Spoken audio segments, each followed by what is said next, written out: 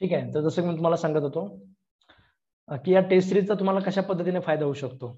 ठीक आहे, हे मी तुम्हाला आजच्या या आपल्या लेक्चरमध्ये आपण सांगणार आहोत. तर आता तुम्हाला मी हे सांगितलं की तुम्ही स्वतःहून सेल्फ स्टडीचा तुमचा मार्ग निवडलेला आहे. ठीक आहे, यातही जर अजून कुणाला त्याच्यामध्ये जर समजा म्हणजे बॅच जर समजा करायची असेल, आपली जेएमएफसी ची प्रिलिमची बॅच जर समजा तुम्हाला कुणाला करायची असेल, तर तुम्ही त्याच्यामध्ये ॲडिशनल म्हणजे ₹5,000 देऊन तुम्ही त्याच्यामध्ये करू शकता.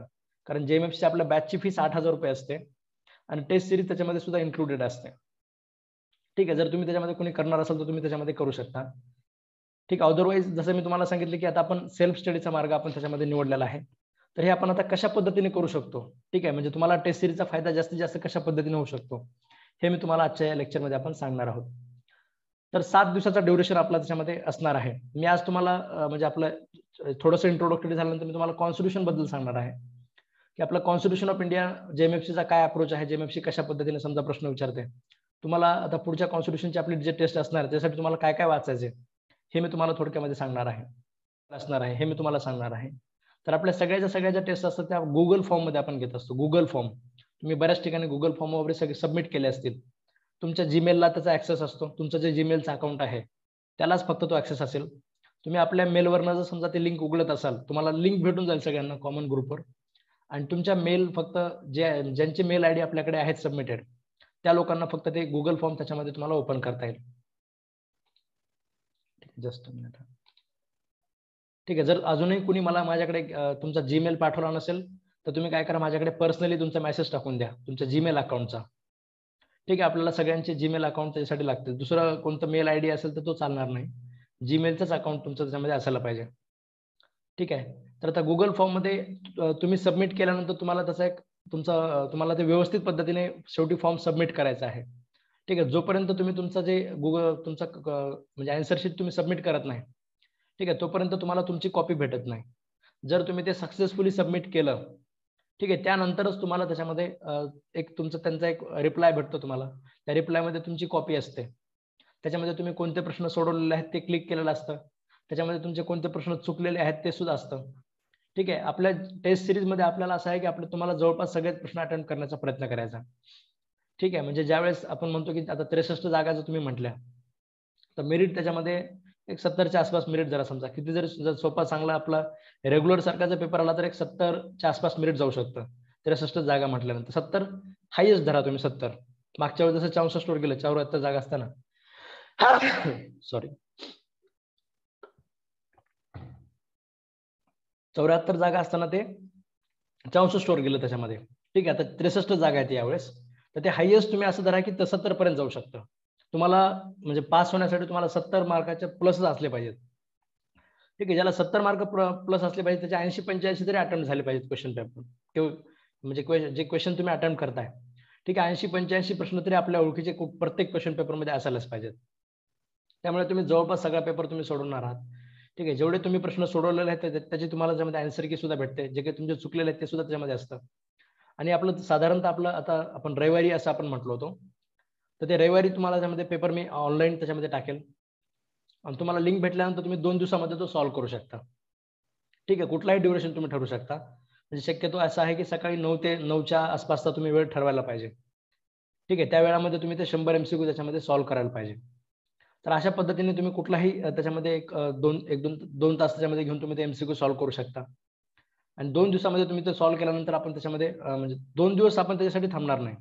ठीक आहे, तुमचं तुम्ही लवकर सॉल्व्ह करून घ्यायचं. जर तुम्हाला स्वतःहून उशीर झाला तर तुम्ही दुसऱ्या दिवशी त्याच्यामध्ये म्हणजे आपलं डिस्कशन त्याच्यामध्ये रेग्युलर त्याच्यामध्ये असणार आहे नंतर लगेच.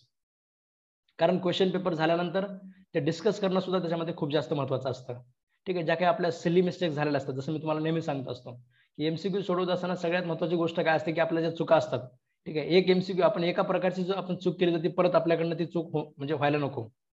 ठीक आहे, त्यासाठी आपण त्याच्यामध्ये परत त्याच्यामध्ये ते बघणं आवश्यक असतं. तर हे डिस्कशन सुद्धा तुमच्यामध्ये तुमच्यासाठी महत्त्वाचं आहे.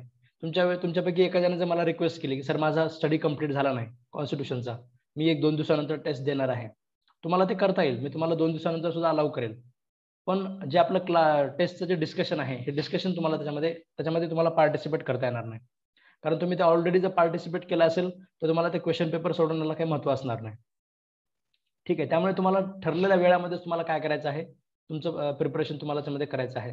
आपण शेड्यूलमध्ये 2 तारखेला लगेच आपण कॉन्स्टिट्यूशनचा पेपर असं दिलं होतं. ठीक आहे, पण ते एवढ्या लवकर आपण त्याच्यामध्ये जर घेतलं तर ते काय होईल, तुमचं थोडंसं त्याच्यामध्ये लगेच तुम्हाला आता ते प्रिपेअर करता येणार नाही. त्यामुळे आपण काय करणार आहोत, याला थोडंसं आपण एक्सटेंड करूया. एक 5 तारखेला आपण काय करूया, कॉन्स्टिट्यूशनची आपण त्याच्यामध्ये टेस्ट घेऊया. कॉन्स्टिट्यूशनचे 100 MCQ तुम्हाला 5 तारखेला सॉल्व्ह करायचे आहेत. ठीक आहे. टेस्ट सिरीजचा सगळ्यात मोठा फायदा जर कोणता असेल, तर तो फायदा हाच असतो की आपण एक टाइम बाउंड मध्ये आपलं प्रिपरेशन आपण कंप्लीट करत असतो. ठीक आहे. टाइम बाउंड मध्ये प्रिपरेशन तुम्हाला कंप्लीट करणं हा एकच त्याच्यामध्ये तुम्हाला सगळ्यात जास्त बेनिफिट तुमचा त्याच्यामध्ये होणार आहे. ठीक आहे. म्हणजे तुमच्या मनावर एक पण तुम्ही जर हे जर समजा मिस करत असाल, ठीक आहे, तर 5 तारखेला मी तुम्हाला म्हटलं की कॉन्स्टिट्यूशनची टेस्ट आहे. तुम्ही लोक 5 तारखेपर्यंत समजा कॉन्स्टिट्यूशनचं रिव्हिजन तुम्ही कोणी केलंच नाही, अशा वेळेस मग तुमच्यावर ते बर्डन वाढत जाईल. कॉन्स्टिट्यूशन पण राहून गेलं त्याच्यामध्ये. ठीक आहे. पुढच्या 7 दिवसानंतर एव्हिडन्सची टेस्ट असेल. ठीक आहे. मग एव्हिडन्स पर्यंत तुम्ही त्याच्यामध्ये ते रिव्हिजन तुमचं एव्हिडन्सचं केलं पाहिजे. म्हणजे पुढचे 7 दिवस काय करायचं हे आपण ऑलरेडी ठरवलेलं आहे. ठीक आहे. कॉन्स्टिट्यूशनचा जो तुमचा स्टडी आहे तो तुम्हाला 5 दिवसामध्येच कंप्लीट करायचा आहे. मग हे जे 5 दिवसामध्ये कंप्लीट करण्यासाठी तुम्ही काय काय करायला पाहिजे? ठीक आहे. तर आपल्या संविधानाचे जे आर्टिकल्स आहेत, ठीक आहे, म्हणजे जो आपला संविधानाचा जो महत्त्वाचा पार्ट आहे तो तुम्ही त्याच्यामध्ये सुरुवातीला एकदा आपल्या नजरेखालनं तुम्ही त्याच्यामध्ये घालायला पाहिजे. म्हणजे सुरुवातीला समजा प्रिअम्बल आहे. JMFCने प्रिअम्बलवर सुद्धा प्रश्न विचारलेले आहेत. ठीक आहे. प्रिअम्बलच्या सिक्वेन्सवर सुद्धा प्रश्न विचारलेले आहेत. म्हणजे सोव्हरेन सोशलिस्ट सेक्युलर डेमोक्रेटिक रिपब्लिक जे आहे याची सिक्वेन्सवर सुद्धा प्रश्न विचारलेले आहेत. प्रिअम्बल एकदा दोनदा तीनदा नजरेखालनं जाऊ द्या. ठीक आहे. या सगळ्या गोष्टी तुम्हाला आता तुम्ही म्हणजे काही गोष्टी नोट करून घ्या. मी तुम्हाला सांगतो त्याच्यामध्ये की तुम्हाला काय काय वाचायचे. कॉन्स्टिट्यूशनची आपली जी 5 दिवसानंतर टेस्ट असणार आहे, या 5 दिवसाचा तुम्हाला मी एक प्लॅन सांगतो की तुम्हाला 5 दिवस काय करायचं आहे. ठीक आहे. आता परत सांगतो की टेस्ट सिरीज तुम्ही जॉईन केल्या म्हणजे तुम्ही सेल्फ स्टडीचा मार्ग निवडलेला आहे. ठीक आहे. तुम्हाला असं क्लासकडून आपण असं स्वतःहून हे करणार नाही. ठीक आहे. मी तुम्हाला प्रत्येक गोष्ट तुम्हाला एवढ्या अमेंडमेंट्स आहेत, या आहेत असं मी तुम्हाला सांगणार नाहीये किंवा आपण ते रोज असं लेक्चर सारखं आपण ते लिहून घेणार नाहीये. ठीक आहे. तुम्हाला स्वतःलाच ते करायचं आहे. पण काय करायचे 5 दिवसामध्ये हे मी तुम्हाला त्यामध्ये सांगतोय. आज 1 तारीख आहे ना, आज 2 तारीख आहे. ठीक आहे, बरोबर. आपण 1 दिवस पोस्टपोन केल्याने मला लक्षात नाही आलं. ठीक आहे. आपण लेक्चर 1 दिवस पोस्टपोन केलेला आहे. ठीक आहे. तुम्ही 6 तारखेला कॉन्स्टिट्यूशनचा पेपर हे करा. ठीक आहे. 6 तारखेला आपण कॉन्स्टिट्यूशनची टेस्ट घेऊया. म्हणजे तुम्हाला तेवढे तरी 4 दिवस तरी भेटतील तुम्हाला. एवढं कॉन्स्टिट्यूशनला लागत नाही त्याच्यामध्ये. ठीक आहे. 4 दिवस खूप झाले त्याच्यामध्ये. ठीक आहे. आणि तुम्ही सगळे टेस्ट सिरीज करत आहात म्हणजे तुम्ही म्हणजे असं तर नाहीये की तुम्ही एकदम कुणीच म्हणजे काहीच कुठलंच वाचलेलं नाही याच्या अगोदर. आणि जर कुणीच तुमच्यापैकी असं असेल की ज्याने याच्या अगोदर आपली कुठली बॅच केलेली नाहीये किंवा ज्याने याच्या अगोदर कुठे त्याच्यामध्ये असं म्हणजे सगळं हे वाचलेलं नाही कॉन्स्टिट्यूशन, तर त्यांच्यासाठी रिकमेंडेड हेच आहे की तुम्ही बॅच जॉईन करायला पाहिजे. ठीक आहे. कारण म्हणजे त्याच्यामध्ये तुम्हाला संध्याकाळची आपली 9 ते 11ची जी बॅच आहे त्याच्यामध्ये तुम्ही आता घेऊ शकता म्हणजे ऍडमिशन करणार असाल तर तुम्हाला ऍडिशनल 5,000 रुपये मध्ये तुम्हाला ती बॅच त्याच्यामध्ये करता येईल. ठीक आहे. जर याच्या आधी कधीच तुम्ही वाचलेलं नसेल सगळे कन्सेप्ट, सिव्हिल प्रोसिजर कोड आहे समजा, तुम्ही आजपासून जर टाइम कॅल्क्युलेट केला सिव्हिल प्रोसिजर कोडचा समजा, तर तुम्हाला प्रत्येक विषयाला जवळपास 5-7 दिवस भेटणार आहेत. 5-6 दिवसात जर तुम्हाला काहीच आयडिया नसेल कुठल्या सिलेबसची, तर तुम्ही म्हणजे बॅच प्रेफर करायला त्याच्यामध्ये निश्चितच पाहिजे. आणि तुमचा जर अभ्यास ऑलरेडी झालेला असेल, तुम्ही याच्या अगोदर बॅच केलेली आहे किंवा कुठेतरी दुसरीकडे क्लासेस केलेले आहेत, ठीक आहे, तरी सुद्धा तुम्ही परफेक्ट असाल त्याच्यामध्ये. फक्त आता एक ट्रॅकवर येण्यासाठी तुम्ही करत असाल त्याच्यामध्ये, तर तुम्हाला 5 दिवसामध्ये तुम्ही कव्हर करू शकता. ठीक आहे. फॉर शुअर तुम्ही ते करू शकता. तर मी तुम्हाला सांगतो की कॉन्स्टिट्यूशन ऑफ इंडिया आहे समजा. ठीक आहे. ह्याच्यामध्ये तुम्हाला आता सुरुवातीला तुम्हाला प्रिएम्बल चांगल्या पद्धतीने बघून घ्यायचं आहे. ठीक आहे. त्यानंतर प्रिएम्बल मध्ये जे काही आपले अमेंडमेंट झालेले आहे,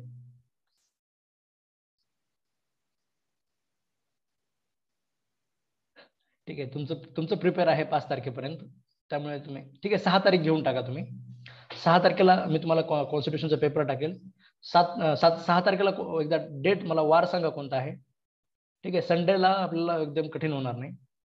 6 तारखेला कोणती डेट आहे म्हणजे कोणता वार आहे एकदा मला सांगा. थर्सडे आहे. ठीक आहे. थर्सडेला आपली त्याच्यामध्ये एक्झाम असेल कॉन्स्टिट्यूशनची आणि फ्रायडेला आपण ते डिस्कस करूया. आणि फ्रायडेला मी तुम्हाला एव्हिडन्स साठी काय वाचायचं, एव्हिडन्स चे म्हणजे काय स्ट्रॅटेजी आहे ते सुद्धा मी तुम्हाला सोबत सांगेल. म्हणजे आपण 1 तास आपण क्वेश्चन पेपरवर डिस्कस करूया. जे कठीण प्रश्न आहेत, ठीक आहे, जे खूपच सिंपल प्रश्न आहेत ते आपण बघणार सुद्धा नाही त्याच्यामध्ये. म्हणजे जे अनडिस्प्युटेड आहेत, ठीक आहे, म्हणजे ज्याच्यामध्ये काहीच ट्रिक नाही, कुठलंच काही नाहीये, फक्त एक सरळ आर्टिकल नंबर विचारलेला वगैरे अशा प्रकारच्या प्रश्नामध्ये आपण डिस्कस नाही करणार. त्यामुळे 1 तासामध्ये आपलं डिस्कशन होऊन जातं. ठीक आहे. डिस्कशनचा जो टाइम असेल तो 4 ते 6 मध्ये असेल संध्याकाळी. ठीक आहे, संध्याकाळी 4 ते 6 मध्ये आपण ते डिस्कस करणार फ्रायडेला. थर्सडेला तुम्ही दिवसभरामध्ये तुम्ही कधीही त्याच्यामध्ये हे करू शकता. एकच दिवस म्हणजे एक दिवस तर आहे, आता आठवड्यापासून तुमचा हा एकच दिवस तुमच्या त्याच्यामध्ये येणार आहे. ठीक आहे, 4 ते 6 तुम्ही त्याच्यामध्ये थोडंसं तुम्ही म्हणजे डिस्कशनचं एक दिवस तुम्ही त्याच्यामध्ये वर्किंगचं मॅनेज करायला पाहिजे, म्हणजे थोडं जे तुमचं आहे. ठीक आहे, आपण संडेला कधीच लेक्चर घेऊ शकत नाहीत. आपले जे टेस्ट सिरीजचे डिस्कशन्स असणार आहेत ते वर्किंग डेलाच असतील. ठीक आहे, संडेला ऑलरेडी आपल्या एवढ्या बॅचेस आहेत, संडेला एकही म्हणजे एक अर्धा तास सुद्धा फ्री नसतो आपला. अर्ली मॉर्निंगला तर काहीच लेक्चर म्हणजे काहीच फ्री नाहीये. ठीक आहे, 4 ते 6 तेवढा एकच वेळ अवेलेबल आहे आपला त्याच्यामध्ये. अर्ली मॉर्निंगला सकाळी 6 पासून लेक्चर्स आहेत, सकाळी 6 ते 8 ची बॅच आहे. ठीक आहे, मग 8 नंतर इकडचे युनिव्हर्सिटीचे लेक्चर्स आहेत. एवढं एक कॉन्स्टिट्यूशनचं मॅनेज करा, आपण बाकीचं काहीतरी करूया. ठीक आहे, म्हणजे थोडंसं कसं आहे की आता सगळे जर आपण शेड्यूल जर कॅल्क्युलेट केलं तर आपण सगळ्या टेस्ट सिरीज ज्या आहेत त्याच्या म्हणजे ह्याच्यामध्ये आपण घेऊ शकत नाही. म्हणजे रविवारी वगैरे जरी समजा घ्यायचं आपण म्हटलं तरी सुद्धा ते शक्य होत नाही. ठीक आहे, म्हणजे 11 टेस्ट आपल्याला घेणं होणारच नाही. 11 संडे आपल्याला भेटतच नाही आहेत. एक्झामच्या अगोदर 11 संडे होतच नाहीत, कॅल्क्युलेटच होत नाहीत.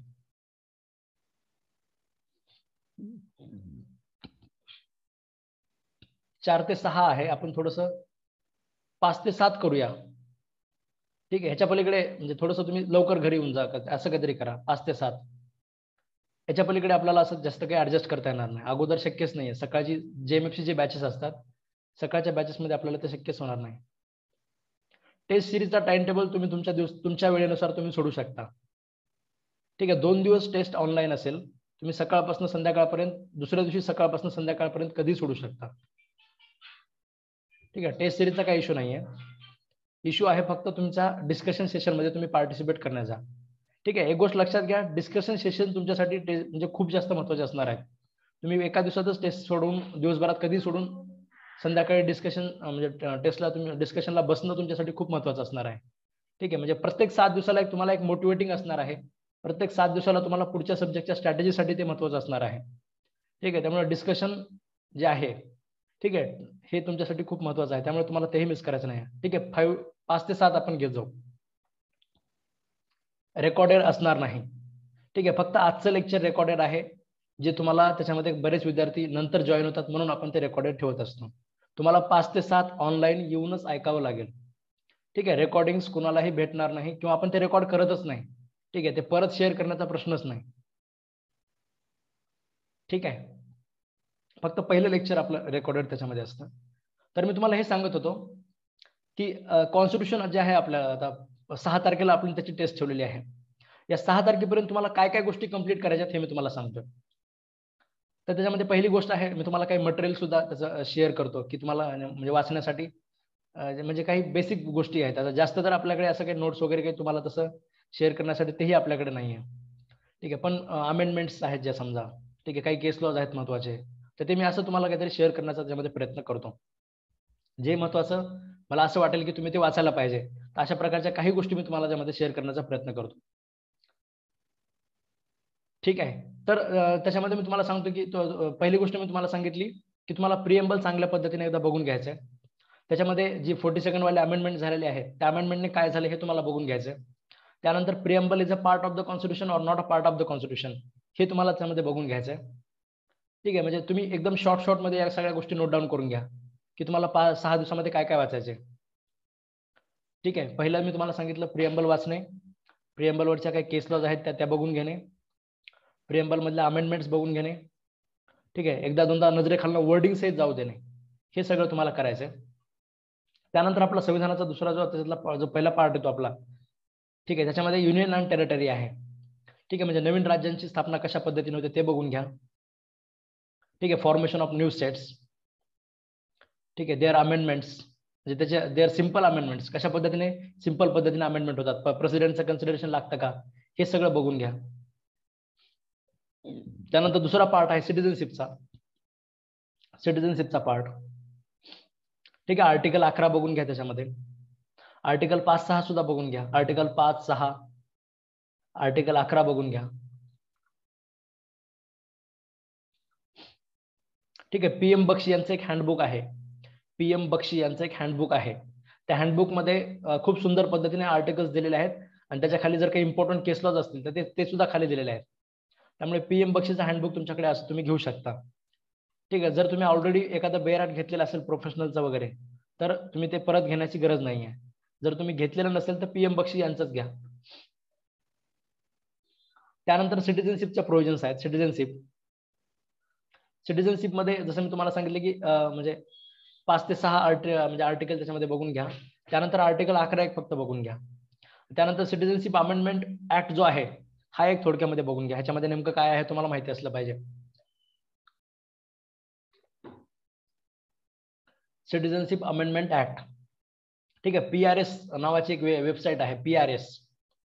त्या PRS नावाच्या वेबसाईटवर एका पेजमध्ये कुठल्याही बिलचा क्रक्स भेटून जातो. कुठलंही जर बिल असेल त्या बिलाचा क्रक्स एका पेजमध्ये भेटून जातो PRS वेबसाईटवर. तर ते PRSच्या वेबसाईटवर सिटिझनशिप अमेंडमेंट ऍक्टचा एक थोडंसं एक क्रक्स घेऊन तुम्ही समरी ऑफ द बिल फक्त त्याच्यामध्ये काय करून घ्या, वाचून घ्या. तुम्हाला त्यातलं कुठलं सेक्शन्स वगैरे विचारलं जाणार नाही, काय विचारलं जाणार नाही, पण ते तुम्ही त्याच्यामध्ये बघून घ्या. त्याच्यानंतर आपली सिटिझनशिप कशा पद्धतीने भेटते हे बघून घ्या. ठीक आहे. ऍक्विजिशन ऑफ इंडियन सिटिझनशिप म्हणजे कशा कशा पद्धतीने भेटते. बाय बर्थ भेटते, बाय त्याच्यानंतर म्हणजे बाय डिसेंट भेटते. ठीक आहे. बाय नॅचरलायझेशन भेटते, बाय रजिस्ट्रेशन भेटते. ठीक आहे. हे जे प्रकार आहेत म्हणजे एक 6 प्रकारे आपली सिटिझनशिप भेटते. ते कसे कोणते कोणते आहेत त्याच्यामध्ये ते एक बघून घ्या. कशा कशा पद्धतीने आपलं नागरिकत्व भेटतं. त्याच्यानंतर सिटिझनशिप काढून कशा पद्धतीने घेतलं जाते हे एक बघून घ्या. ठीक आहे. एवढं सफिशियंट आहे. त्यानंतर फंडामेंटल राईट्स हा आपल्यासाठी अतिशय महत्वाचा पार्ट आहे. Fundamental rights.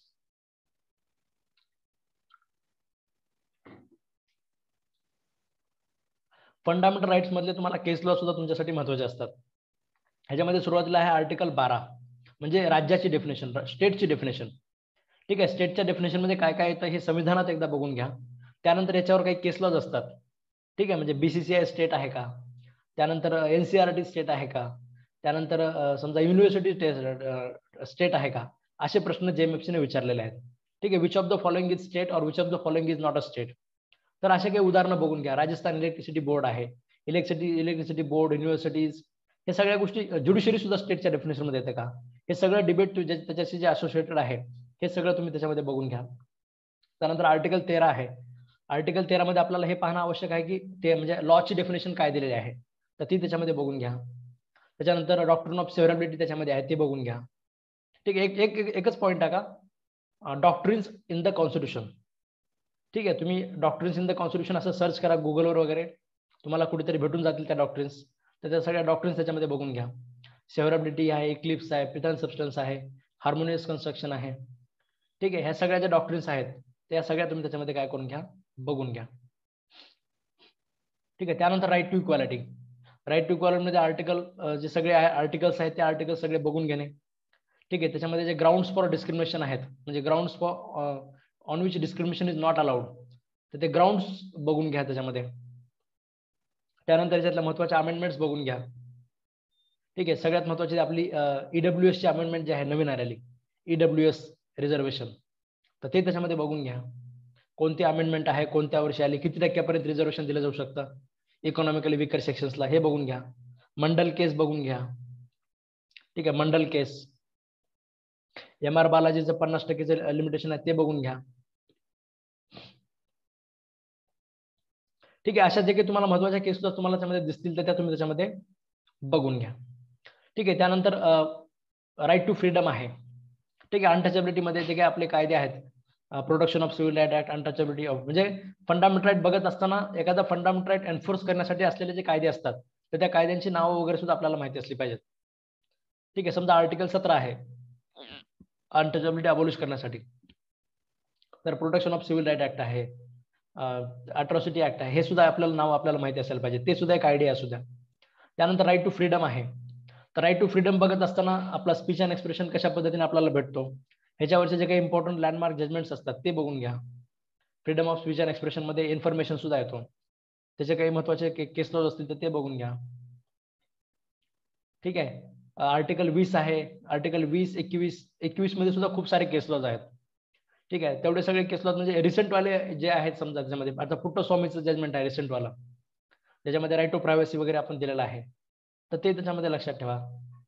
ठीक आहे, म्हणजे जे रिसेंट वाला आहे तेवढं फक्त आपल्यासाठी महत्वाचं असतं, अदरवाईज असं खूप काही जुनं घेऊन सुद्धा विचारत नाहीत. ठीक आहे, तर आर्टिकल 19, 20, 21, 22 जे आहेत, ठीक आहे, फ्रीडम ज्याला आपण म्हणतो. ठीक आहे, सगळेच आर्टिकल्स, एकही आर्टिकल सोडायचं नाहीये. म्हणजे संविधानामध्ये आर्टिकल 51A पर्यंत तुम्हाला एकही आर्टिकल तुम्हाला मिस करायचं नाहीये.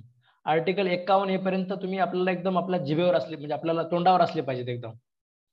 ठीक आहे, म्हणजे हे मेन्सला सुद्धा म्हणजे ज्यावेळेस आपण लिगल एसे लिहित असतो त्यावेळेस आपल्याला महत्वाचे असतात. ठीक आहे, आर्टिकल 51 पर्यंत कुठल्या जरी टॉपिकवर लिगल एसे विचारला, आर्टिकल 51 पर्यंतचे 4-2 आर्टिकल त्याच्यामध्ये 100% रिलेव्हंट होतात. ठीक आहे, आपला जो एसे असतो याला लिगल एसे बनवण्यासाठी आपल्याला काही आर्टिकल लागतात संविधानाचे, काही कायद्याच्या प्रोव्हिजन्स लागतात. तर संविधानाचे आर्टिकल 51 पर्यंत ज्याला माहिती आहे, ठीक आहे, त्याला 4-5 आर्टिकल तरी तो आरामशीर रिलेट करू शकतो.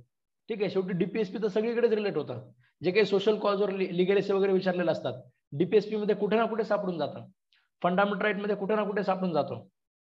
ठीक आहे, आर्टिकल 21 जो आहे याच्यामध्ये कोणते कोणते अधिकार रिकॉग्नाइज केलेत याची एकदा लिस्ट एकदा बघून घ्या. म्हणजे याच्यामध्ये जवळपास 35 एक अधिकार रिकॉग्नाइज केलेले आहेत तुमचे as a right to life म्हणून. ठीक आहे, तर ते कोणते कोणते त्याच्यामध्ये अधिकार आहेत हे आपल्याला माहिती असलं पाहिजे. शेल्टर आहे, म्हणजे राईट टू लाईव्हलीहूड आहे, प्रायव्हसी आहे, ठीक आहे, फेअर ट्रायल आहे, फ्री लिगल एड आहे, free legal aid for the weaker sections आहे, ठीक आहे, राईट अगेन्स्ट हँड कपिंग्स आहे, एन्व्हायरमेंट आहे. अशा प्रकारचे जे अधिकार तुमचे रिकॉग्नाइज केलेले आहेत हे सुद्धा आपल्याला एक आयडिया त्याच्यामध्ये आपल्याला असायला पाहिजे, याचा कशा पद्धतीने स्कोप वाढलेला आहे. ठीक आहे, जे काही महत्वाचे सुरुवातीचे जे लँडमार्क जजमेंट्स आहेत, ठीक आहे, म्हणजे जस्टिस भगवती यांचे जे काही जजमेंट्स आहेत ते त्याच्यामध्ये थोडक्यात असे आपल्याला जिकडे म्हणजे आपल्याला जसे वाचणं होईल समजा जिकडे तिकडे, तर ते त्याच्यामध्ये थोडक्यात आयडिया असू द्या. म्हणजे हे तुम्हाला लिगल एसेला महत्वाला येतील. ठीक आहे, प्रिलिमला तर आपल्याला तेवढ्या डिटेलमध्ये तुम्हाला म्हणजे असं स्पेसिफिक तेच लिहा असं तुम्हाला विचारणार नाही. जस्टिस भगवती यांचं जुनं जजमेंट वगैरे तुम्हाला प्रिलिमला विचारणार नाही, पण तुम्हाला ह्याची फायदा होईल त्याच्यामध्ये बाकी ठिकाणी वाचताना. ठीक आहे, कॉन्स्टिट्यूशन ऑफ इंडिया हा आपल्याला वाटतं फक्त प्रिलिमसाठी आहे, पण कॉन्स्टिट्यूशन ऑफ इंडिया हा प्रिलिमसाठी सुद्धा असतो, मेन्ससाठी सुद्धा तो लिगल एसेला इनडायरेक्टली येऊन जातो. ठीक आहे, आणि इंटरव्ह्यूला त्याच्यामध्ये तुम्हाला याच्यावर प्रश्न विचारले जाऊ शकतात. इंटरव्ह्यूला म्हणजे एखादा लॉ मॅन ज्यावेळेस बोलत असतो त्याच्यामध्ये त्याचा कॉन्स्टिट्यूशन असलाच पाहिजे. ठीक आहे, म्हणजे आपले जे हायकोर्टाचे लोक आपले इंटरव्ह्यू जे घेतात, ठीक आहे, किंवा एखादा एमपीएससीचा मेंबर जरी आपला जर असेल तर तो सुद्धा कॉन्स्टिट्यूशन मध्ये परफेक्ट असतो. ठीक आहे, त्यामुळे कॉन्स्टिट्यूशन तुम्हाला तिन्ही स्टेजला तुम्हाला महत्वाचं आहे. ठीक आहे, तिन्ही स्टेजसाठी आपल्याला कॉन्स्टिट्यूशन आपल्याला त्यामध्ये बघावा लागतो. तर त्याच्यामध्ये ते तशा पद्धतीने लक्षात ठेवा. त्यानंतर मी तुम्हाला सांगत होतो की right to life and personal liberty वगैरे जे आहे. ठीक आहे, अजून एक महत्वाची गोष्ट, आपण आता पहिलं लेक्चर आहे त्यामुळे आपण सर्वांनाच त्याच्यामध्ये आपण अशा मीटिंग मध्ये आपण घेऊन टाकतो.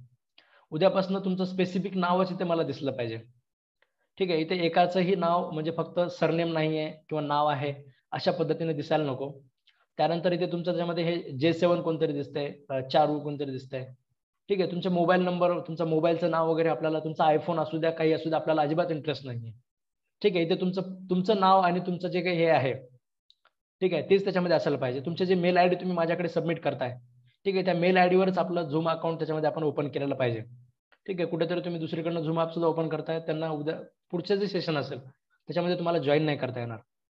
ठीक आहे, त्याच तुमच्या मेल आयडीवरून असलं पाहिजे आणि तुमचं नाव इथे मला पूर्ण दिसलं पाहिजे. ठीक आहे, या गोष्टीची तुम्ही त्याच्यामध्ये काळजी घ्या.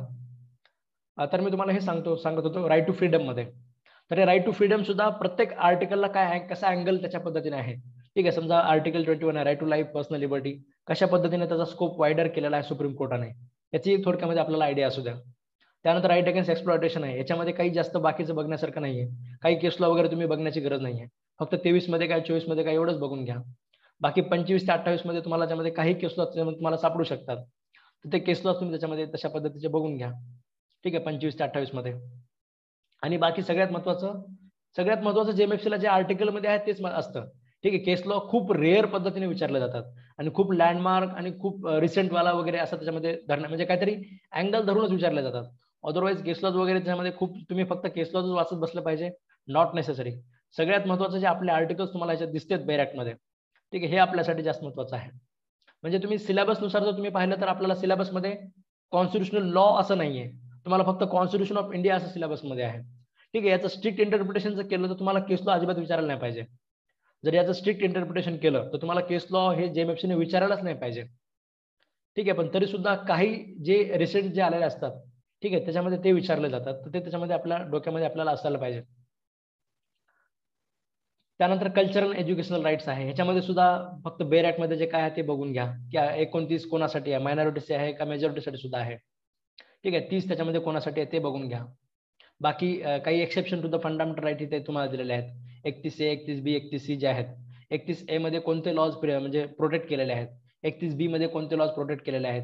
31C मध्ये कोणते लॉज प्रोटेक्ट केलेले आहेत. ह्याच्याशी असोसिएटेड केस लॉज खूप महत्वाचे आहेत, कारण हे 31A जसा दिसतो तसा नाहीये, 31B जसा दिसतो तसा नाहीये. तुम्हाला संविधानामध्ये काहीतरी वेगळं दिसतं. संविधानामध्ये आजही तुम्ही 31B काढून उघडल्यानंतर तुम्हाला वाटतं की जे काही 9th शेड्यूल मध्ये टाकलंय ते प्रोटेक्टेड आहे, पण तसं आहे का? तसं नाहीये. IR कोलोचं जजमेंट आपल्याला माहिती असलं पाहिजे. त्या जजमेंटमध्ये सांगितलं किंवा तुम्ही काही कुठेही टाका. सुप्रीम कोर्टाने फायनल ह्याच्यामध्ये सांगून टाकलं 2007 साली. 2007 साली IR कोलोच्या जजमेंट सुप्रीम कोर्टाने सांगून टाकलं की तुम्ही 9th शेड्यूल मध्ये टाका, कुठेही टाका. ठीक आहे, जर ते केशवानंद भारती केसच्या जजमेंटच्या नंतर जर समजा तुम्ही एखादा कायदा 9th शेड्यूल मध्ये टाकला, then it is open for the judicial review. म्हणजे तो कायदा आम्ही ज्युडिशियली रिव्ह्यू त्याचा करणार, तो त्याची कॉन्स्टिट्युशनल व्हॅलिडिटी आम्ही चेक करणार, हे सुप्रीम कोर्टाने सांगितलेलं आहे. तर ते IR कोलोचं जजमेंट म्हणजे खूप लँडमार्क जजमेंट आहे. मिनर्वा मिल्स आहे, केशवानंद भारती आहे, ठीक आहे, शंकरी प्रसाद आहे, सज्जन सिंग आहे, गोलकनाथ केस आहे. ठीक आहे, म्हणजे हे सगळे जे जजमेंट्स आहेत लँडमार्क, हे आपल्याला माहिती असले पाहिजेत. इंदिरा नेहरू गांधीचं जे जजमेंट आहे ते त्याच्यामध्ये महत्वाचं आहे. ठीक आहे, हे सगळे जजमेंट तुम्ही त्याच्यामध्ये बघून घेणं अपेक्षित आहे. ठीक आहे, 31B त्याच्यामध्ये पाहून घ्या. LIC ऑफ इंडियाचं जजमेंट आहे.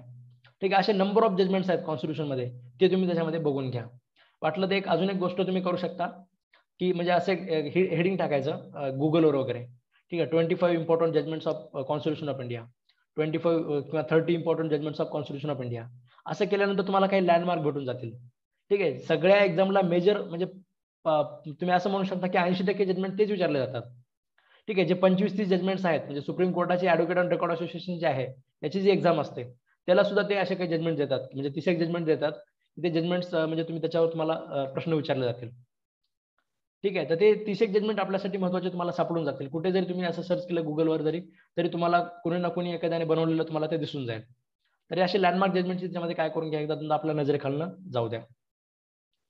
त्यानंतर आर्टिकल 32 आहे. आर्टिकल 32 मध्ये कशा पद्धतीने रेमेडीज दिलेल्या आहेत,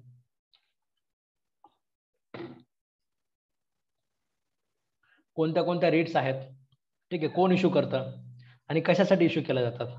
ठीक आहे, हायकोर्टाचा अधिकार असू द्या, सुप्रीम कोर्टाचा अधिकार असू द्या, कोणत्या रिट्स आहेत, रिटच्या पलीकडे जाऊन अजून काय आहे, इन द नेचरचा अर्थ काय आहे, अप्रोप्रिएट प्रोसिडिंगचा अर्थ काय आहे, PIL चा कन्सेप्ट काय आहे, सुप्रीम कोर्टात आपण कशा पद्धतीने जाऊ शकतो. ठीक आहे, म्हणजे आणि पार्लमेंट हा जो अधिकार आहे हा कुणाला अजून कुणाला देऊ शकतं का, कशा पद्धतीने दिला जातो, हे सगळ्या गोष्टी तुमच्या ह्याच्यामध्ये तुम्हाला माहिती असणं आवश्यक आहे.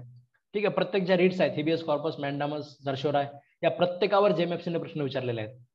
ठीक आहे, कोणती रीट कोणाच्या विरोधात इश्यू केली जाऊ शकते, स्टेटच्या विरोधात, प्रायव्हेट पर्सनच्या विरोधात रीट करता येते का, एखादी समजा मॅन्डामस आहे, public authority, private authority, certiorari, prohibition वगैरे किंवा क्वाजी ज्युडिशियल बॉडीज कोणाच्या विरोधात केली जाते, ऍडमिनिस्ट्रेटिव्ह बॉडीज. ठीक आहे, हे सगळं सुद्धा डिस्कशन आपल्याला त्यामध्ये माहिती असणं, आपल्या नजरेखालनं आपलं जाणं आवश्यक आहे. तर हे सगळं त्याच्यामध्ये बघून घ्या. त्यानंतर DPSPs आहेत. ठीक आहे, DPSPs आपण आपल्या संविधानामध्ये आपण कुणाकडनं घेतले. ठीक आहे, हे सुद्धा एक लॉजिक आहे, म्हणजे आपल्या संविधानातल्या ज्या बॉरोइंग्स आहेत, ठीक आहे, म्हणजे आपण एकदम कम्प्लिटली कुणाचाच बॉरो केलेलं नाहीये, म्हणजे आपण असं संविधान की आपलं काही प्लेगरिझम वगैरे नाहीये, पण तरी सुद्धा ज्या काही प्रोव्हिजन्स आपण घेताना कुठून आपण ते इन्स्पिरेशन घेतलेले आहे, समजा DPSP आहे तर कुठून इन्स्पिरेशन घेतलेलं आहे, हे बघून तुम्ही घेणं आवश्यक आहे. ठीक आहे, आपलं समजा कॉन्स्टिट्यूशनचे फंडामेंटल राईट्स आहेत, तर फंडामेंटल राईट्ससाठी आपण कुठून इन्स्पिरेशन घेतलेलं आहे हे बघणं आपण आवश्यक आहे. तर अशा प्रकारे हे सुद्धा त्याच्यामध्ये बघून घेत चला. DPSP मध्ये तुम्हाला केस लॉज वगैरे असे काही जास्त आहे नाही. ठीक आहे, एक दोन त्याच्यामध्ये तुम्हाला असे इकडे तिकडे सापडू शकतात. अदरवाईज तसे केस लॉज वगैरे सुद्धा तुम्हाला DPSP मध्ये सापडणार नाहीत. फक्त प्रोव्हिजन्स काय आहेत, कोणत्या आर्टिकल मध्ये काय आहे हे त्याच्यामध्ये बघून घ्या. जर नवीन काही अमेंडमेंट्स त्याच्यामध्ये आहेत तर ते त्याच्यामध्ये बघून घ्या. ठीक आहे, जिथे कुठे तुम्हाला DPSP मध्ये ए दिसेल, म्हणजे 39A, 43A अशा प्रकारचे अमेंडमेंट दिसतील, तर या सगळ्याच्या सगळ्या अमेंडमेंट ज्या त्याच्यामध्ये आहेत त्या म्हणजे 42व्या घटना दुरुस्तीने आलेल्या आहेत ए वाल्या. तर हे त्याच्यामध्ये बघून घ्या. म्हणजे फक्त DPSP पुरतं सांगतो मी तुम्हाला. असे सुद्धा लॉजिक आपल्याला त्याच्यामध्ये लागत असतात. DPSP मध्ये कोणत्या आर्टिकल्स आहेत, काय अमेंडमेंट आहेत, आणि DPSP सगळेच्या सगळे आर्टिकल चांगल्या पद्धतीने बघून घ्या. तुम्हाला हे लिगल एसेला कामाला येतात. ठीक आहे, इंटरव्ह्यूला सुद्धा कामाला येतात. तरी DPSPच्या बाबतीत झालं. काही महत्वाचे कायदे जे आहेत, आपण समजा DPSP एन्फोर्समेंट करण्यासाठी आपण ते काही कायदे बनवलेले आहेत, ते सुद्धा तुम्ही त्याच्यामध्ये बघून घेऊ शकता. ठीक आहे. त्यानंतर त्याच्यामध्ये आहे फंडामेंटल ड्युटीज.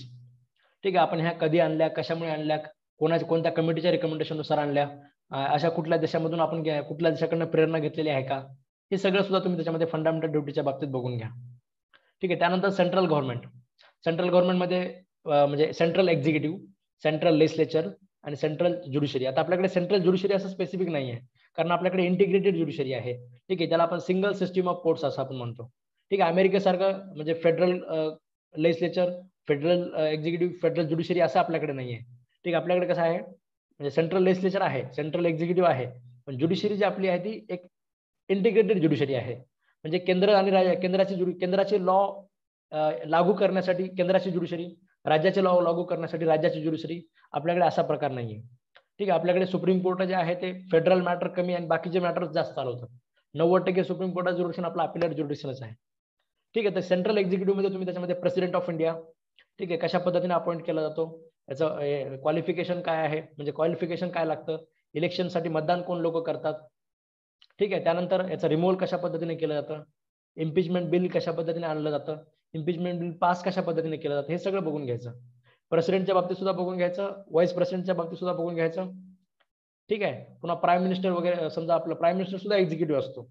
ठीक आहे. President, vice president, prime minister, council of minister, attorney general, हे सगळे एक्झिक्युटिव्ह मध्ये जातात. तर हे सगळे एक्झिक्युटिव्ह म्हणजे कशा पद्धतीने यांचे अपॉइंटमेंट्स होतात, कशा पद्धतीने रिमूव्हल होतं, इलेक्शन असेल तर कोणी मतदान करतं. ठीक आहे. यांचे पॉवर्स काय आहेत, प्रेसिडेंटच्या पॉवरमध्ये म्हणजे बरेच पॉवर्स आहेत, डिफेन्सच्या पॉवर आहेत, लेजिस्लेटिव्ह पॉवर आहेत, ज्युडिशियल पॉवर आहेत. ठीक आहे. म्हणजे डिप्लोमॅटिक पॉवर्स आहेत. अशा प्रकारच्या बऱ्याच पॉवर्स प्रेसिडेंटला असतात. तर त्यांचे पॉवर्स काय आहेत हे बघून घ्या, यांच्या पोझिशन्स काय आहेत ते बघून घ्या. व्हाईस प्रेसिडेंट वगैरे असेल तर x official chairman of Rajya Sabha वगैरे असतो. हे सगळं त्याच्यामध्ये तुम्ही बघून घ्या. ठीक आहे. म्हणजे हे सगळं सुद्धा तुम्ही त्याच्यामध्ये गोष्टी काय करणं आहे अपेक्षित तुम्ही बघणं सगळं तुमच्यासाठी महत्वाचं आहे. ठीक आहे. एलिजिबिलिटी ऑफ रिइलेक्शन्स, म्हणजे एखादा व्यक्ती एकदा प्रेसिडेंट झाला की तो परत होऊ शकतो का. अमेरिकेमध्ये वगैरे कसं आहे की 2च वेळेस होऊ शकतो. ठीक आहे. एकदा प्रेसिडेंट झाला की अजून एकदा प्रेसिडेंट होऊ शकतो. त्यांच्याकडे 4 वर्षाचं ड्युरेशन आहे. 4 आणि 4 8 वर्ष राहू शकतो. साधारणतः एकदा प्रेसिडेंट झाला की तो एवढा लोकप्रिय होऊन जातो की तो 8 वर्ष राहूनच जातो. काही एक्सेप्शन असतात फक्त डोनाल्ड ट्रम्प सारखे, अदरवाईज ते राहूनच जातात त्याच्यामध्ये. आपल्याकडे तसं तुम्हाला काही लिमिटेशन नाही आहे. एखादा व्यक्ती प्रेसिडेंट समजा त्याची कॅपॅसिटी असेल तर तो कायम होऊ शकतो. ठीक आहे. म्हणजे तो एकदा दोनदा सुद्धा त्यामध्ये व्हायला काही हरकत नाहीये. तर हे सगळं सुद्धा तुम्ही त्याच्यामध्ये बघून घ्या. ठीक आहे. म्हणजे प्रेसिडेंटच्या बाबतीत, व्हाईस प्रेसिडेंटच्या बाबतीत, प्राईम मिनिस्टरच्या बाबतीत, प्राईम मिनिस्टरचे अपॉइंटमेंट कशा पद्धतीने केल्या जातात, बाकीच्या काउन्सिल ऑफ मिनिस्टरचे अपॉइंटमेंट कशा पद्धतीने केल्या जातात, हे सगळं सुद्धा तुम्ही त्याच्यामध्ये एकदा समजून घ्या. यांचं टर्म किती आहे, ड्युरेशन किती आहे, हे सगळं सुद्धा तुम्ही त्याच्यामध्ये बघून घेणं अपेक्षित आहे. त्यानंतर प्रेसिडेंटच्या ज्या पॉवर मी तुम्हाला सांगितल्या, म्हणजे ऑर्डिनन्स मेकिंगची सुद्धा पॉवर आहे, वेटो पॉवर आहे बिलांवरच्या. ठीक आहे. वेटो पॉवर बघून घ्या, ऑर्डिनन्स मेकिंग पॉवर बघून घ्या. या सगळ्या गोष्टी सुद्धा तुम्ही त्याच्यामध्ये बघून घेणं अपेक्षित आहे. त्यानंतर पार्लमेंट, हे झालं एक्झिक्युटिव्ह विंग. ठीक आहे. एक्झिक्युटिव्ह नंतर आपलं लेजिस्लेचर आहे. लेजिस्लेचर म्हणजे आता प्रेसिडेंट, आपली पार्लमेंट म्हणजे काय, प्रेसिडेंट, लोकसभा, राज्यसभा. मग लोकसभेचे किती मेंबर असतात, कोणते किती कुठून येतात, राज्यसभेचे किती मेंबर असतात, कशा पद्धतीने निवडले जातात, इकडे कोणती इलेक्शन पद्धती आहे, तिकडे कोणती इलेक्शन पद्धती आहे, हे सगळं बघून घ्या. हे सगळं झाल्यानंतर यांचं म्हणजे कामकाज कशा पद्धतीने चालतं, ऑर्डिनरी बिल कशा पद्धतीने पास केले जातात, मनी बिल कशा पद्धतीने पास केले जातात, मनी बिलासाठी स्पेशल पॉवर लोकसभेचे काय आहेत, हे सगळं त्याच्यामध्ये बघून घ्या. ठीक आहे. त्यानंतर एक अँटी डिफेक्शनचा एक लॉचा एक आहे, अँटी डिफेक्शन लॉ. एखाद्या व्यक्तीला डिस्क्वालिफाय कोणत्या ग्राउंडवर केलं जातं. ठीक आहे. अँटी डिफेक्शन मध्ये डिस्क्वालिफाय एखादा व्यक्ती कशा पद्धतीने होत असतो ते त्याच्यामध्ये थोडक्यात बघून घ्या. कोणत्या अमेंडमेंट आलेला आहे हे बघून घ्या त्याच्यामध्ये. ठीक आहे. त्यानंतर लेजिस्लेटिव्ह प्रोसिजर मध्ये ऑर्डिनरी बिल कसं पास होतात, मनी बिल कसं पास होतात, जॉईंट सेशन म्हणजे काय आहे, कुठल्या आर्टिकल मध्ये आहे, हे बघून घ्या. ठीक आहे. हे सगळे महत्त्वाचे जे आर्टिकल्स आहेत. ठीक आहे. ऑर्डिनन्स मेकिंग पॉवरचा आर्टिकल असू द्या, प्रेसिडेंटच्या अपॉइंटमेंटचा ऑर्डर म्हणजे आर्टिकल असू द्या, जॉईंट सेशनचा आर्टिकल असू द्या. ठीक आहे. प्राईम मिनिस्टरचा अपॉइंटमेंटचा आर्टिकल असू द्या. हे असे काही महत्त्वाचे आर्टिकल सुद्धा आपल्याला माहिती असायला पाहिजे. ठीक आहे. एवढं म्हणजे एक हे लक्षात ठेवण्यासाठी सुद्धा सोपं जातं. आर्टिकल आपल्याला माहिती असणं हे एक ट्रॅक लक्षात ठेवण्यासाठी सुद्धा सोपं असतं. ठीक आहे. जे असं नाही की जेएमएफसी एकदम विचारतच नाही, कधी कधी जेएमएफसी विचारते सुद्धा, पण साधारणतः आपले सुप्रीम कोर्टाचे, हायकोर्टाचे आर्टिकल आपल्यासाठी जास्त महत्त्वाचे असतात. जेएमएफसीने विचारलेलं आहे की high court is a court of रेकॉर्डचा आर्टिकल कोणता आहे. ठीक आहे. तर supreme court of is a court of रेकॉर्डचा आर्टिकल कोणता आहे, 215 इकडे आहे, 229 इकडे आहे. असे आर्टिकल सुद्धा आपल्याला महत्त्वाचे असले पाहिजेत. तर हे झालं लेजिस्लेटिव्ह विंग. त्यानंतर संविधानामध्ये तुम्हाला बघायचे ज्युडिशरी, युनियन ज्युडिशरी. तर युनियन ज्युडिशरीमध्ये जजेस लोकांच्या अपॉइंटमेंट कशा पद्धतीने होतात, व्हॉट इज द फर्स्ट जज केस, व्हॉट इज द सेकंड जज केस, व्हॉट इज द थर्ड जज केस, व्हॉट इज द फोर्थ जजेस केस. ठीक आहे, हे सगळे तुम्हाला माहिती असले पाहिजे. What is national judicial appointment commission हे तुम्हाला माहिती असलं पाहिजे. व्हॉट इज कोलॅजियम हे तुम्हाला माहिती असलं पाहिजे. ठीक आहे, हे सगळ्या गोष्टी तुम्ही त्याच्यामध्ये काय केल्या पाहिजेत, जजेसच्या अपॉइंटमेंटमध्ये बघितल्या पाहिजेत. ठीक आहे, त्यानंतर सुप्रीम कोर्टाचे जजेस जे आहेत यांच्या म्हणजे आता मग पॉवर्स काय काय आहेत. ठीक आहे, supreme court is a court of record.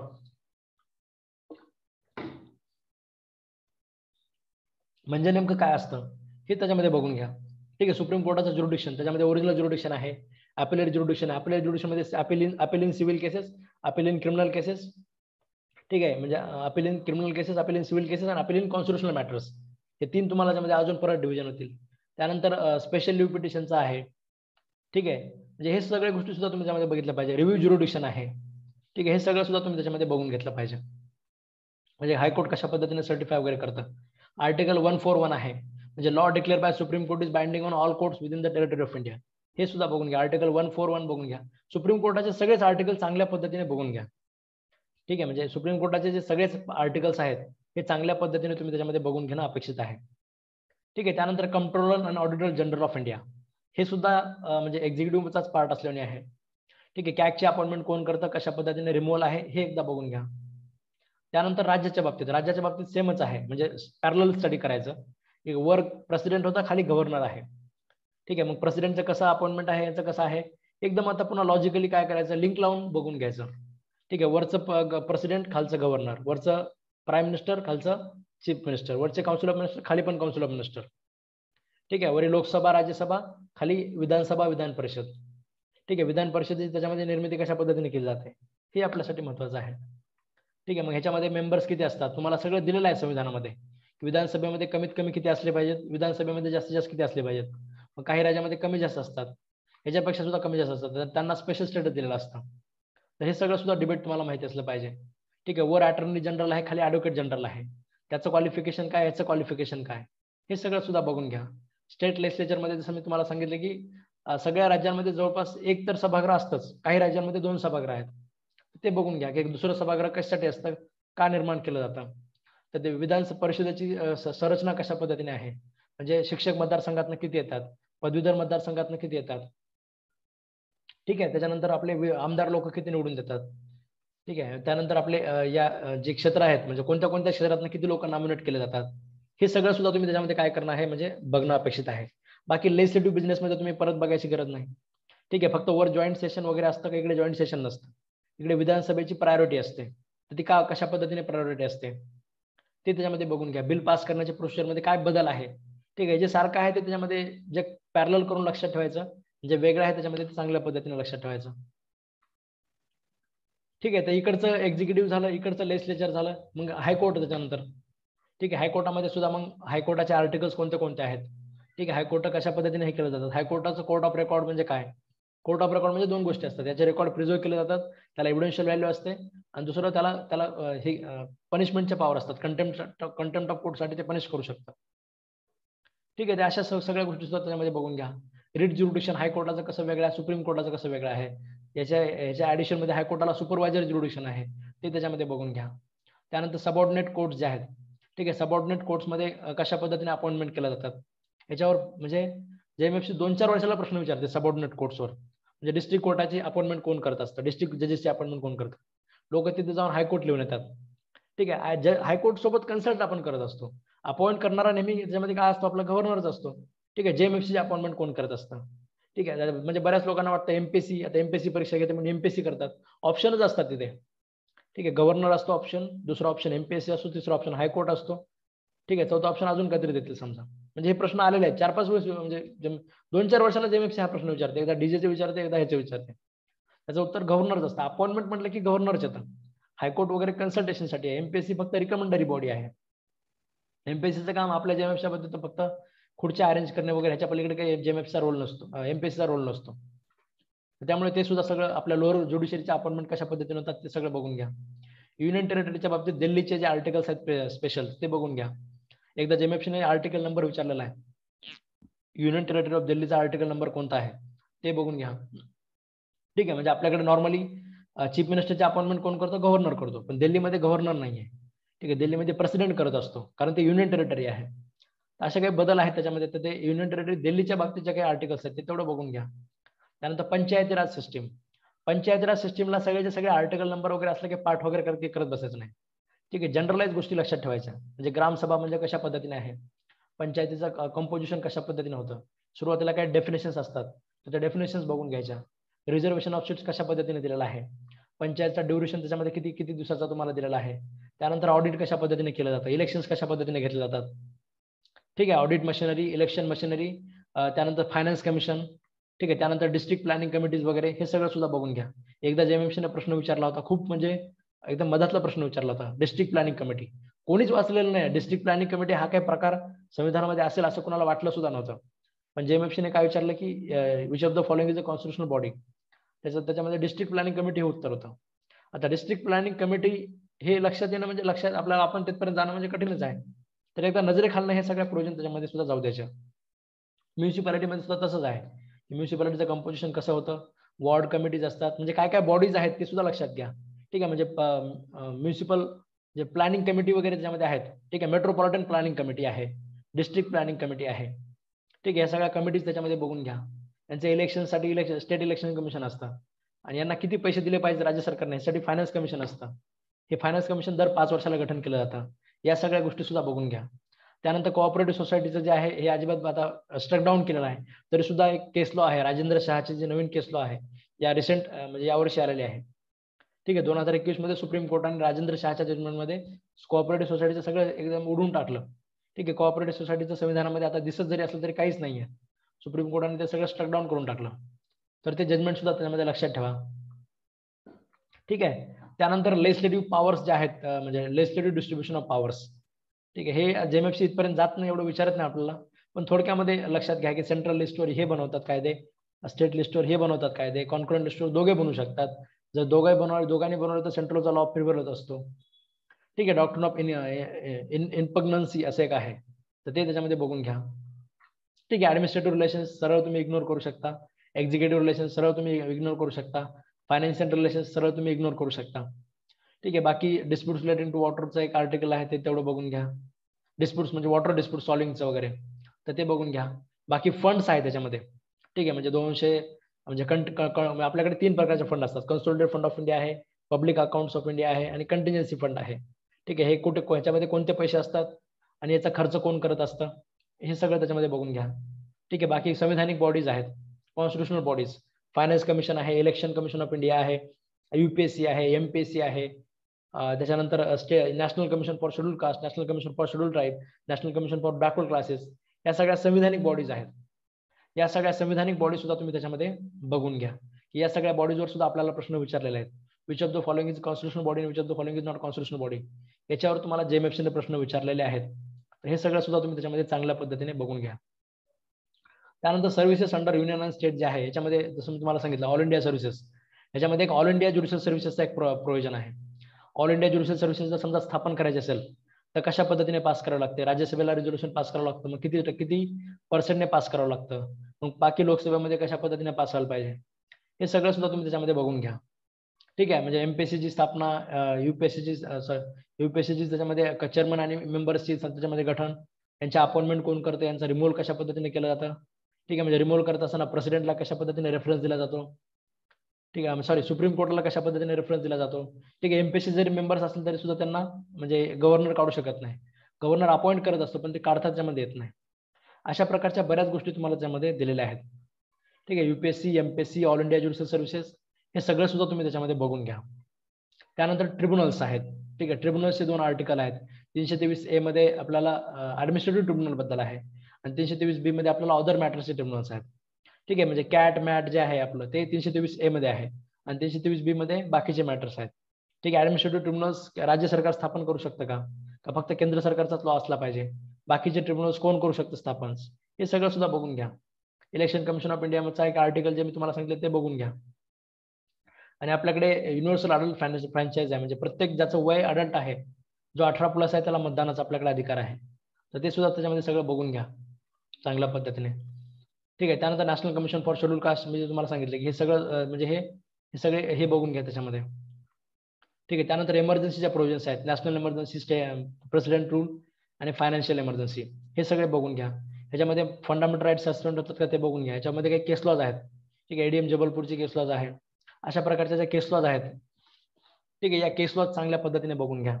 म्हणजे इमर्जन्सी मधल्या कोणते अधिकार सस्पेंड केले जाऊ शकतात, कोणते केले जाऊ शकत नाहीत, कोणत्या आर्टिकल नुसार सस्पेंड केले जाऊ शकतात, कोणता अधिकार ऑटोमॅटिकली सस्पेंड होतो, कोणते बाकीच्या म्हणजे ऑर्डरने, कोणाच्या ऑर्डरने सस्पेंड केले जाऊ शकतात, हे सगळं बघून घ्या. ठीक आहे. इमर्जन्सी मध्ये नॅशनल इमर्जन्सी कोणत्या ग्राउंडवर आहे, प्रेसिडेंट रूल कोणत्या ग्राउंडवर आहे, हे सगळं बघून घ्या. ठीक आहे. त्यानंतर त्याच्यामध्ये जे आपलं अमेंडमेंट टू द कॉन्स्टिट्यूशन आहे, अमेंडमेंट टू द कॉन्स्टिट्यूशन मध्ये खूप सारे केस लॉज आहेत. ठीक आहे. म्हणजे काही केसमध्ये सुप्रीम कोर्टाने सांगितलं की amendment is also part of the law, definition of law. काही केसमध्ये सुप्रीम कोर्टाने सांगितलं की amendment does not come under the definition of law. ठीक आहे. सध्याची परिस्थिती काय आहे, हे सगळ्या केस लॉ तुम्ही त्याच्यामध्ये बघून घेणं अपेक्षित आहे. त्यानंतर special status of some states. ठीक आहे. एकदा जेएमएफसीने कर्नाटकाच्या कर्नाटकाच्या स्पेशल स्टेटसचा प्रश्न विचारलेला होता. ठीक आहे. म्हणजे कोणत्या आर्टिकलमध्ये कोणत्या राज्याला स्पेशल स्टेटस आहे, नेमकं काय स्पेशल स्टेटस आहे इथपर्यंत बघण्याची गरज नाही. आपलं महाराष्ट्राचं, गुजरातचं वगैरे बघून घ्या. अदरवाईज 370 तर आपण काढून टाकलं, पण 371 ए बी सी डी हे जे स्पेशल स्टेटस आहेत, ठीक आहे, कोणत्या आर्टिकलमध्ये कुणाला स्पेशल स्टेटस आहे, याच्यावर सुद्धा जेएमएफसीने प्रश्न विचारलेला आहे. खरं तर एवढे असे प्रश्न विचारायला नाही पाहिजे, पण तरी सुद्धा जेएमएफसीने प्रश्न विचारलेले आहेत. तर कोणत्या आर्टिकल्समध्ये कुणाला स्पेशल स्टेटस आहे हे सगळं बघून घ्या.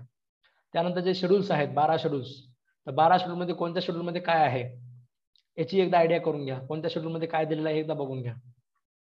ठीक आहे. तर हे एवढं सगळं जे आहे तुम्हाला कॉन्स्टिट्यूशनसाठी तुम्हाला प्रिपेअर करायचं आहे. ठीक आहे. 6 तारखेपर्यंत तुम्हाला हे सगळं प्रिपेअर करायचं आहे. टाइम बाउंड ह्याच्यामध्ये तुम्ही सगळं हे काय करू शकता, प्रिपेअर करू शकता. ठीक आहे. टेस्ट सिरीज म्हणलं की आपलं त्याच्यामध्ये एकच सेशन त्याच्यामध्ये आहे. जवळपास 10 मार्काला तुम्हाला हे सगळं तुम्हाला विचारलं जातं. ठीक आहे. 10 मार्क, 7 ते 10 मार्क असं धरा. जेएमएफसी असं कुठेच देत नाही की म्हणजे एवढ्या मार्काला हा सब्जेक्ट असेल. त्यामुळे एक रेशो असा असतो की 7 ते 10 मार्क. कमीत कमी 7 मार्काला तरी तुम्हाला कॉन्स्टिट्यूशन विचारलं जाईल आणि जास्तीत जास्त 10 मार्क सुद्धा कॉन्स्टिट्यूशनवर असू शकतात. ठीक आहे. जास्त कमीच असतात, 7च्या वरच जात नाही सहसा. 7 ते 8 असं धरा तुम्ही. 7 ते 8चा रेशो आहे आतापर्यंतचा जो तुम्ही पाहिला, म्हणजे मागचे क्वेश्चन पेपरनुसार. तर ते 7 ते 8 मार्काला तुम्हाला कॉन्स्टिट्यूशन विचारलं जातं. साधारणतः असं असतं की कॉन्स्टिट्यूशनवरचे एमसीक्यूज खूप सोपे असतात. ठीक आहे. म्हणजे आपण जेवढा अभ्यास करतो त्या लेवलपेक्षा खूप कमी एमसीक्यू त्याच्यामध्ये विचारले जातात. म्हणजे कॉन्स्टिट्यूशनचे एमसीक्यू पाहताना बऱ्याच वेळेस निराशा होते की मी एवढे जास्त वाचलं आणि एवढे सोपे सोपे प्रश्न आले. असं सुद्धा कॉन्स्टिट्यूशनच्या बाबतीत बऱ्याच वेळेस होत असतं. ठीक आहे. म्हणजे एवढे हाय लेवलचे प्रश्न जसे एव्हिडन्सचे विचारले जातात, जसे आयपीसीचे विचारले जातात, तशा प्रकारचे प्रश्न जसे महाराष्ट्र रेंट कंट्रोल ऍक्टचे विचारले जातात, तसे याच्यावर जास्त विचारले जात नाहीत. म्हणजे असाही एक त्याच्यामध्ये काय आहे, 6 जानेवारीची जी आपली टेस्ट असेल 100 एमसीक्यू त्याच्यामध्ये असतील तुमचे. 100ला 100 एमसीक्यू तुमच्या कॉन्स्टिट्यूशनवर असतील. आणि इथून पुढच्या जे एक्झाम्स असतील तुमच्या कॉन्स्टिट्यूशन नंतर आपली एव्हिडन्सची टेस्ट असेल. एव्हिडन्सच्या टेस्टमध्ये एक 90 एमसीक्यू एव्हिडन्सचे असतील, 10 एमसीक्यू परत कॉन्स्टिट्यूशनचे असतील.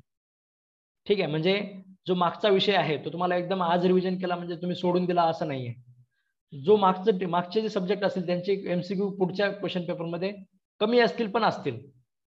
ठीक आहे. थोडेफार एमसीक्यू तुमचे मागचे त्याच्यामध्ये असत राहणार आहेत. त्यामुळे तुम्हाला मागचा सुद्धा रिव्हिजन करत राहावं लागणार आहे. ठीक आहे. म्हणजे कॉन्स्टिट्यूशन ऑफ इंडिया तुम्हाला वाचल्याशिवाय पर्यायच नाही. तुम्ही असं जर म्हणत असाल की आता हे 5 दिवस मी कॉन्स्टिट्यूशन वाचणारच नाही आणि मग पुढचं मी म्हणजे कॉन्स्टिट्यूशन पुन्हा बघतो, असं म्हणत असाल तर तुम्ही आपल्या टेस्ट सिरीजच्या स्पीडने तुम्ही चालू शकणार नाही. ठीक आहे. आणि तुम्ही टेस्ट सिरीजच्या स्पीडने जर चालू शकत नसाल तर तुम्ही जेएमएफसीच्या आपलं जे 12 मार्चचं जे टार्गेट आहे या टार्गेट पर्यंत तुम्ही प्रिपेअर असणार नाही. त्या टार्गेट पर्यंत जर तुम्हाला प्रिपेअर व्हायचं असेल तर तुम्हाला टेस्ट सिरीजच्या सिक्वेन्सने तुम्हाला चालावं लागेल. ठीक आहे. 6 तारखेला तुम्ही कंपल्सरी कॉन्स्टिट्यूशन मध्ये प्रिपेअर असले पाहिजेत.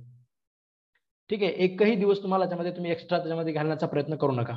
तुमच्या अडचणी असतील मी तुम्हाला अलाउ करेल, त्याच्याबद्दल प्रश्न नाहीये. ठीक आहे. पण नुकसान तुमचंच होणार आहे. तुम्ही जर मला म्हटले की सर माझं थोडंसं म्हणजे काहीतरी लग्नाचा प्रॉब्लेम आहे किंवा अजून कुठेतरी म्हणजे समजा काहीतरी मेडिकलचा प्रॉब्लेम आहे तर तुम्हाला ते आपण अलाउ करू एक्स्ट्रा. आणि मी तुम्हाला अजून तसं सांगितलंय की जर समजा आपल्याला अंदाज आला की परीक्षा पुढे लांबणार आहे, ठीक आहे, तर आपलं 12 मार्च पर्यंत आपण क्वेश्चन पेपर संपवणार नाही, टेस्ट सिरीज आपण संपवणार नाही.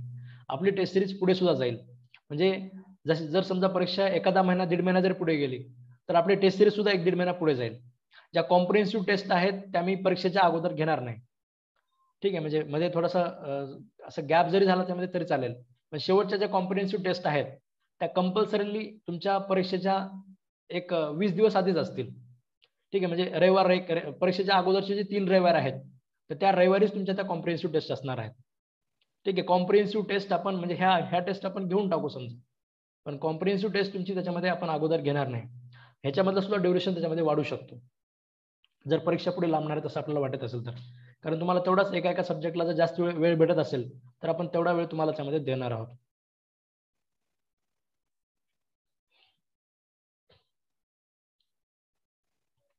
काय म्हणताय?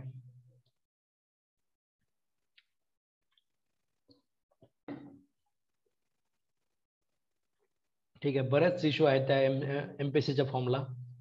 ते माझा अंदाज असा आहे की फॉर शुअर ते डेट वाढवतील. हे सगळे इश्यू त्यांनी सॉल्व्ह केले पाहिजेत. म्हणजे बऱ्याच लोकांचं आता असं आहे की पुणे एरियामध्ये आता BA-LLB आहे. तर BA-LLB तर आता लॉजिकल आहे की BA-LLB लोकांनी 5-5 वर्ष घालून केलेलं आहे. BA-LLB एलिजिबल असायला पाहिजे ना. एमपीसीच्या वेबसाईटनुसार BA-LLB is not eligible for the JMFC. आणि आता मी विद्यार्थ्यांनी आमच्या फोन लावून सांगितलं, म्हणजे काही विद्यार्थ्यांना ते म्हणतात, विद्यार्थी सांगतो की सर माझं BA-LLB आहे. ते त्याला सांगतात की BA-LLB जरी असलं तरी BSc-LLB भर.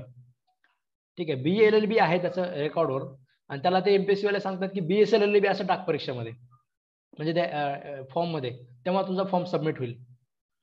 ठीक आहे. BA-LLB वाल्यांचा फॉर्म सबमिट होत नाहीये, आणि एमपीएससी वाले त्यांना ऍडवाइस करतायत की तुम्ही काय करा, BSc-LLB टाका. आता कसं टाकणार ते त्याच्यामध्ये, आणि त्याच्या टाकल्यानंतर आता ते सांगायला सांगतायत.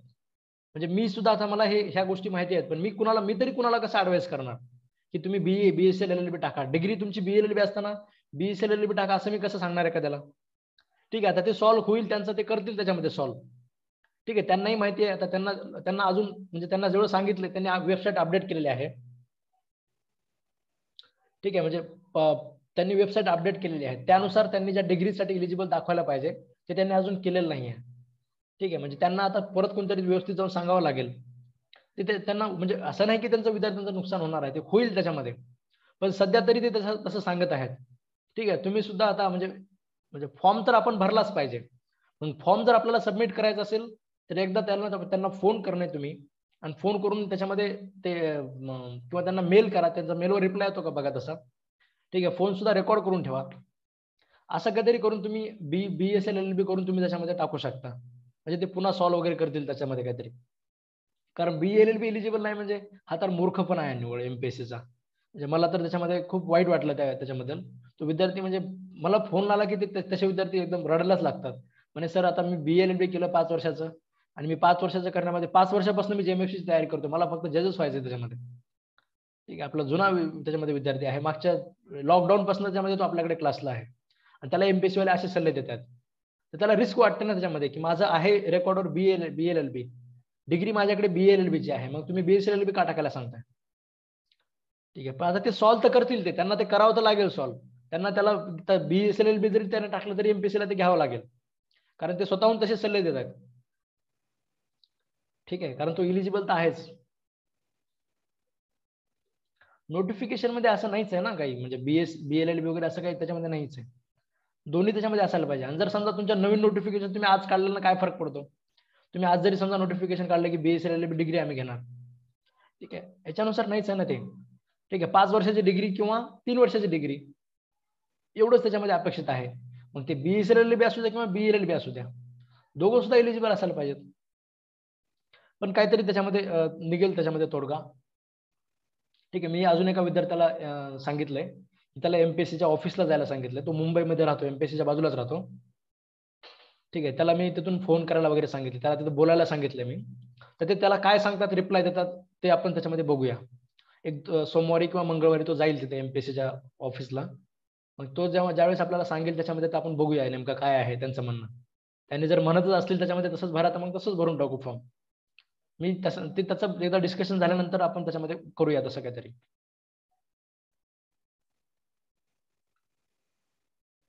काय म्हणताय?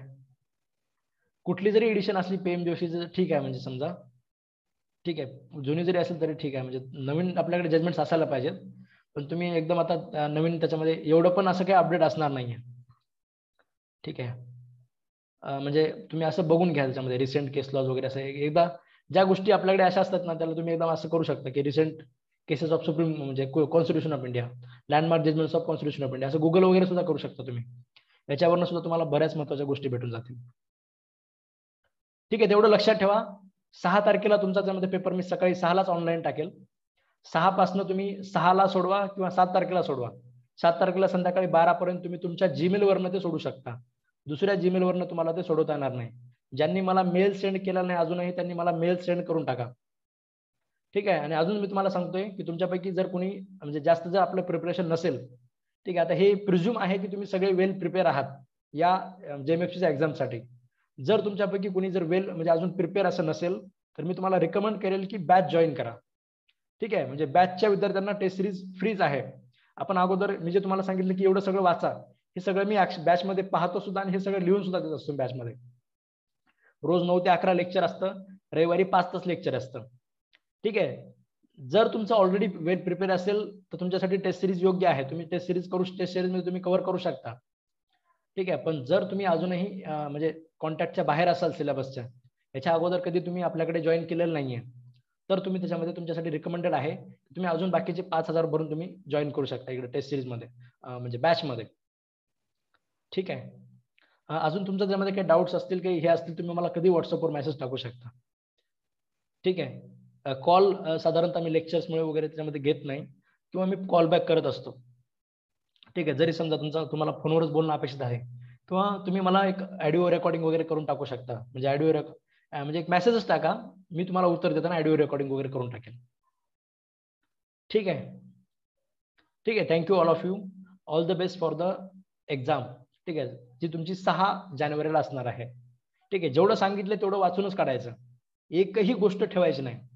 ठीक आहे, जर आपल्याला 12 मार्च पर्यंत फुल प्रिपेअर असायचे, ठीक आहे, 12 मार्च पर्यंत तुम्ही एकदम म्हणजे up to the time prepare असायचं असेल तुम्हाला, तर एकही दिवस प्रिपरेशन पुढे गेलं नाही पाहिजे. 6चा पेपर 6ला सोडवा, 7 सुद्धा येऊ देऊ नका किंवा मला परत तुम्ही रिक्वेस्ट करायची तुमच्यावर वेळ येऊ देऊ नका. ठीक आहे, या ह्याच्यापर्यंत परफेक्ट तुम्ही प्रिपेअर असले पाहिजे 6 तारखेपर्यंत. ठीक आहे, thank you all of you. Thank you.